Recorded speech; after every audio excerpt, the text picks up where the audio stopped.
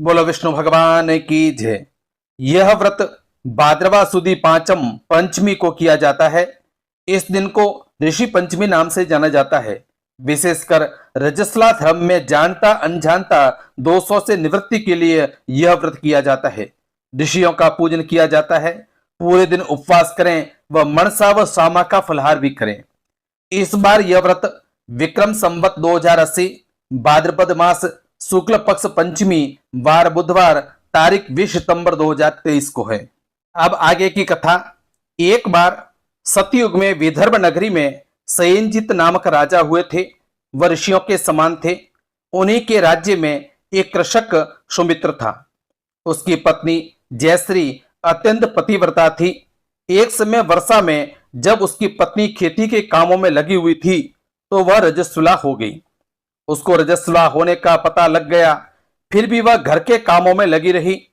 कुछ समय के बाद में वह दोनों स्त्री और पुरुष अपनी अपनी आयु भोग कर और मृत्यु को प्राप्त हुए। जयश्री तो कुतिया बनी और सुमित्र को रजस्वला स्त्री के संपर्क में आने के कारण बैल की योनि मिली, क्योंकि ऋतु दोष के अतिरिक्त इन दोनों का और कोई दोष नहीं था। इसी कारण इन दोनों को अपने पूर्व जन्म का समस्त ज्ञान था। वे दोनों कुतिया और बैल के रूप में उसी नगर में अपने बेटे सुचित्र के यहां रहने लगे। धर्मात्मा सुचित्र अपने अतिथियों का पूर्ण सत्कार करता था।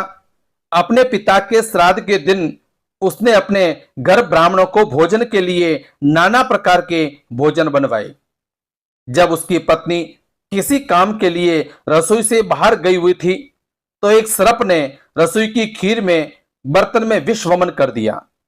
कुतिया के रूप में सुचित्र की मां कुछ दूर से यह सब देख रही थी। पुत्र की बहू के आने पर उसने पुत्र को ब्रह्म हत्या के पाप से बचाने के लिए उस बर्तन में मुंह डाल दिया।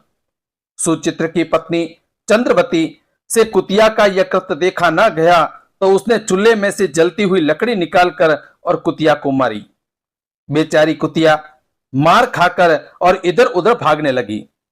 चौके में जो जूठन आदि बची रहती थी वह सब सुचित्र की बहू उसे कुतिया को डाल देती थी, लेकिन क्रोध के कारण उसने वह भी बाहर फिकवा दिया। सब खाने का सामान बाहर फिकवा कर बर्तन साफ करके और दोबारा खाना बनाकर और ब्राह्मणों को खिलाया। रात्रि के समय भूख से व्याकुल होकर वह कुतिया बैल के रूप में रह रहे अपने पूर्व पति के पास आकर बोली कि हे स्वामी, आज तो मैं भूख से मरी जा रही हूं। वैसे तो मेरा पुत्र मुझे रोज खाने को देता था, लेकिन आज मुझे कुछ भी नहीं मिला है। सांप के विष वाले खीर के बर्तन को अनेक ब्रह्म हत्या के भय से छूकर उनके ना खाने योग्य कर दिया था। इसी कारण उसकी बहू ने मुझे मारा और खाने को कुछ भी नहीं दिया। तब वह बैल बोला कि हे भद्रे, तेरे पापों के कारण तो मैं भी इस योनि में आ पड़ा हूं और आज बोझा ढोते ढोते मेरी कमर टूट गई है। आज मैं भी दिन भर हल में जुता रहा। मेरे पुत्र ने आज मुझे भी भोजन नहीं दिया और मुझे भी मारा बहुत। इस प्रकार कष्ट देकर उसने इस श्राद्ध को निष्फल कर दिया है। अपने माता पिता की इन बातों को सुचित्र सुन रहा था। उसने उसी समय दोनों को भरपेट भोजन कराया और फिर उनके दुख से दुखी होकर और वन की ओर चला गया। वन में जाकर ऋषियों से पूछा कि मेरे माता पिता किन कर्मों के कारण नीच योनियों को प्राप्त हुए हैं और अब किस प्रकार से इनको छुटकारा मिल सकता है।